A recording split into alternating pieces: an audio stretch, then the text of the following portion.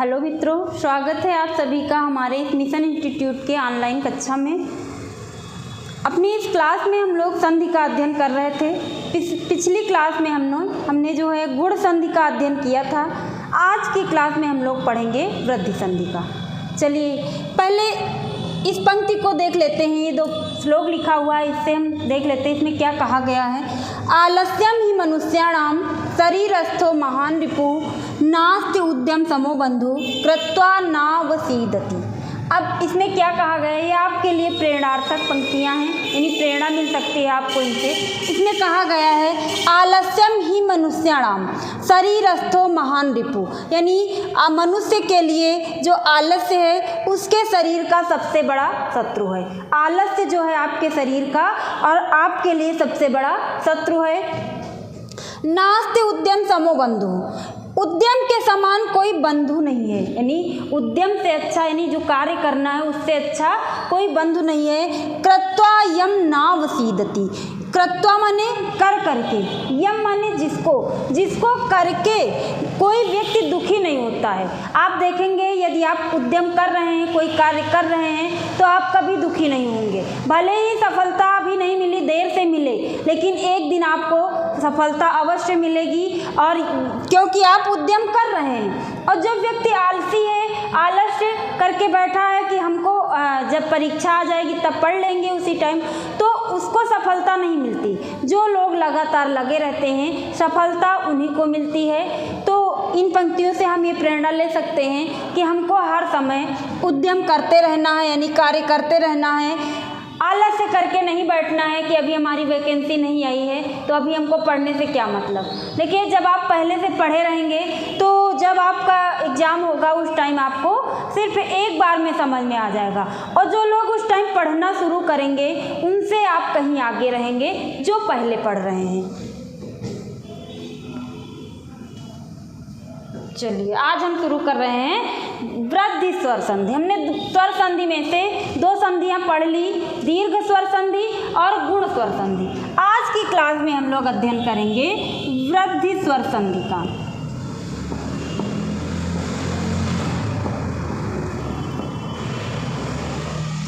वृद्धि संधि का सूत्र क्या है? वृद्धि रेचि, वृद्धि रेचि वृद्धि संधि का सूत्र है। अब हम वृद्धि संधि पढ़ने से पहले ये देख लेंगे कि वृद्धि हम किनको कहेंगे। जैसे हमने संज्ञा में पढ़ा था गुण संज्ञा किसकी होती है, वैसे ही वृद्धि संज्ञा भी पढ़ी थी, यानी वृद्धि हम किसका नाम देंगे। तो देख लेते हैं, वृद्धि संज्ञा बताने के लिए सूत्र आया था वृद्धिरादज, यानी इसमें कहा क्या गया था,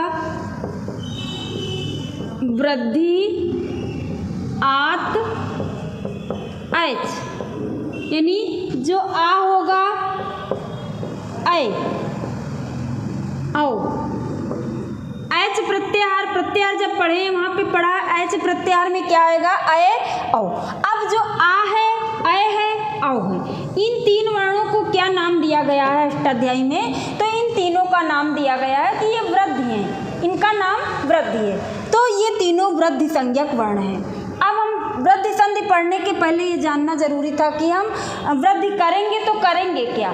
तो अब वृद्धि जब करेंगे तो इन तीनों में से कुछ होगा, या तो आ होगा, या तो ऐ होगा, या तो औ होगा। ये वृद्धि संज्ञक वर्ण है। चलिए नियम पे बात करते हैं। वृद्धि रेचि में कहा क्या गया है, तो कहा गया है वृद्धि, यानी वृद्धि तब होगी कब, जब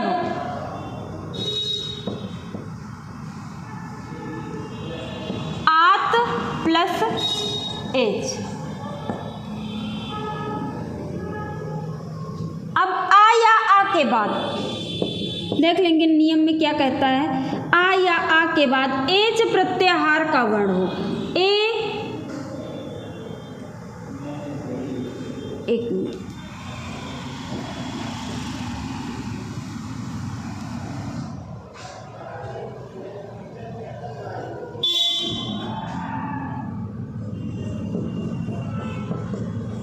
आत एच वृद्धि, अब सही हो गया। यानी आत का मतलब है आ या आ के बाद क्या है, एच प्रत्याहार का वर्ण है। अब एच प्रत्याहार में कौन से आ जाएंगे, ए ओंग अय औच, ये 4 वर्ण आते हैं एच प्रत्याहार में।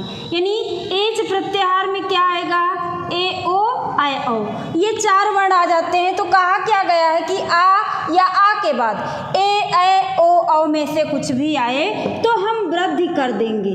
अब वृद्धि कर देंगे तो वृद्धि का मतलब क्या है, या तो आ कर देंगे, या तो ऐ कर देंगे, या तो औ कर देंगे। यानी इन्हीं तीनों में से कुछ हो जाएगा।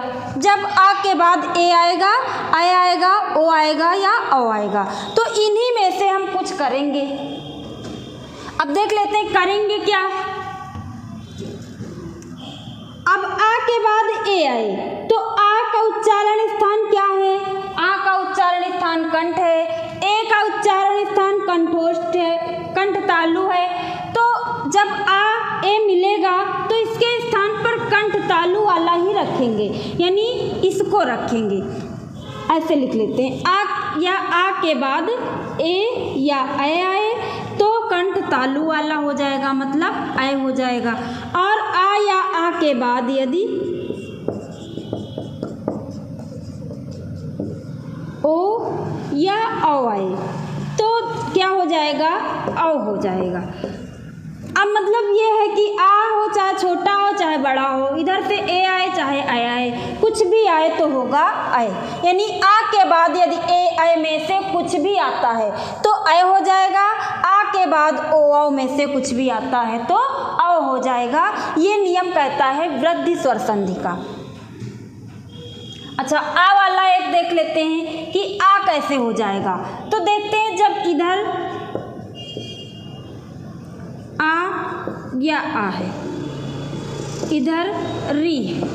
अभी तक हम पढ़े थे आ या आ के बाद री आए तो अर हो रहा था, लेकिन अब जब आ के बाद री आए, अर ना हो, अर के स्थान पे आर हो जाए, आर हो जाए तो ये कहलाएगा वृद्धि। यानी यहाँ पे आर हो जाए तो ये वृद्धि कहलाएगा।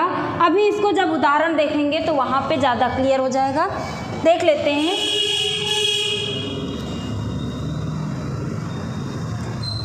पहला उदाहरण हम देख लेंगे, 1 + 1।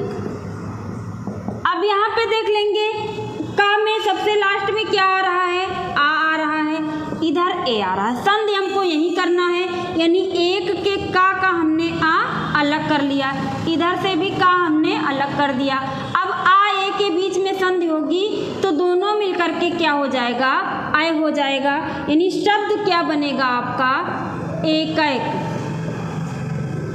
यानी का के बाद ए आय आया है, इसी को इसमें जोड़ देंगे। ऐसे का हलंत है, आय इसमें जुड़ जाएगा, आगे का जुड़ जाएगा, शब्द बनेगा एक।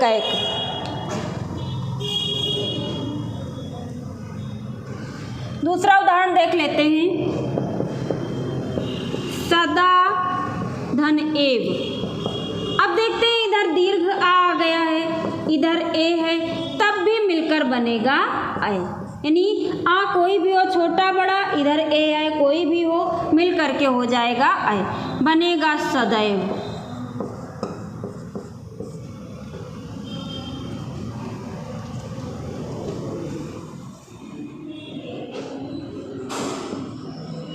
महाधन ओज, ओज का मतलब पराक्रम होता है। यहाँ पे आ के साथ ओ का मेल हो रहा है तो आ ओ मिल करके क्या हो जाएगा, औ हो जाएगा, शब्द बनेगा महोजा। महोजा शब्द बन जाएगा, महाधन ओजा।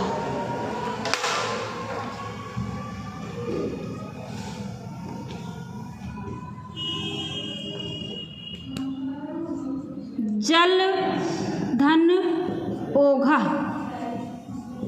अब यहाँ पे देखेंगे आ है और यहाँ पे ओ है, आ ओ मिलकर के भी औ हो जाएगा, शब्द बनेगा जलौघा। ओघा माने होता है धारा, जल की धारा जलौघा।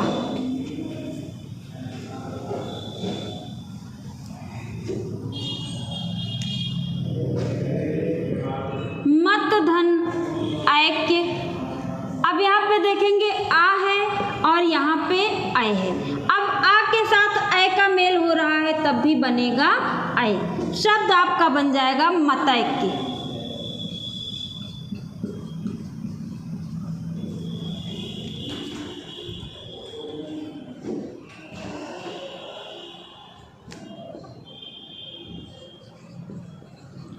कन्या धन ओदनम।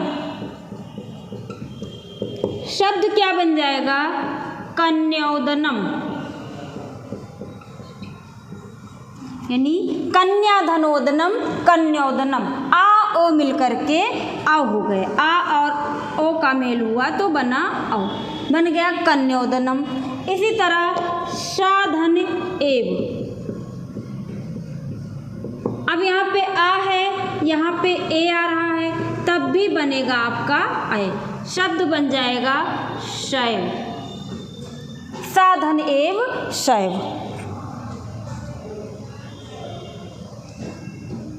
चलिए कुछ उदाहरण लिख लेते हैं। अच्छा ये वाला देख लेते हैं जिसमें वृद्धि हुई री वाला। अर कैसे, आर कैसे हो गया तो देख लेते हैं। सुख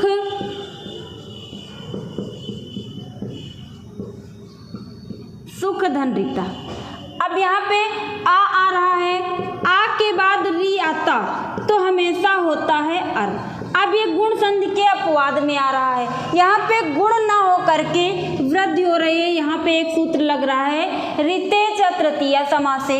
अब ऋते च तृतीया समासे क्या कहता है कि जब ऋत के साथ तृतीया तत्पुरुष समास होगा तो जब आ के बाद री आएगा तो वहाँ पे अर नहीं आर यानी गुण नहीं वृद्धि हो जाएगी तो बन जाता है सुखार्तः। आपके यहाँ ये प्रश्न पूछा जा चुका है सुखार्तः में कौन सी संधि है, तो आप केवल रेफ रा देख करके आपको गुण नहीं लगा देना है, ये भी देखना है कि अर हो रहा है कि आर हो रहा है। अब देखेंगे यहाँ पे आर हो रहा है, जब बोल रहे हैं सुखार्तः तो सुखार्तः में आर की ध्वनि निकल रही है, मतलब यहाँ गुण नहीं हुई है, यहाँ पे वृद्धि हुई है। तो इस अर के स्थान पे जो आर हो गया है ये आर का हो जाना ही आपका वृद्धि संधि, यानी इस आ के स्थान पे जो ये आ हो गया है ये वृद्धि हो गई है। तो ये सुखार्तः में वृद्धि संधि हुई है, गुण संधि नहीं हुई है। इसी तरह देख लेंगे दस धन ऋणः। अब इधर आ है इधर री है, मिल करके होना चाहिए था अर, लेकिन यहाँ पे हो रहा है आर, बनेगा शब्द दशार्णः। दशार्णः शब्द बन जाएगा, यानी यहाँ पे भी आर हो रहा है। चलिए उदाहरण जो मेन है उनको देख लेते हैं। महौषधि, तथैव, सदैव, वनौषधि,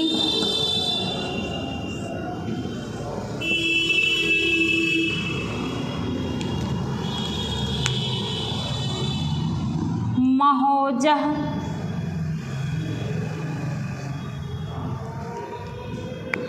शैव। ये जो गुण संधि के अपवाद हैं इनको अलग लिख लेते हैं। सुखार्तः, दुखार्तः,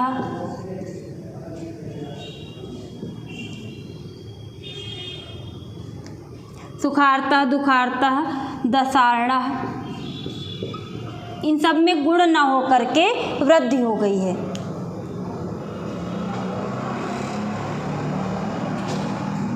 चलिए कुछ और भी हैं जो गुण संधि के अपवाद हैं, यानी अपवाद वाले उदाहरण हम सबसे बाद में पढ़ेंगे, सारी संधियां पढ़ने के बाद, यानी स्वर संधि जब पूरी हो जाएंगी उसके बाद कुछ ऐसे उदाहरण हैं जो अपवाद में आ जाते हैं, नियम का उल्लंघन कर रहे होते हैं, उनको हम बाद में पढ़ लेंगे।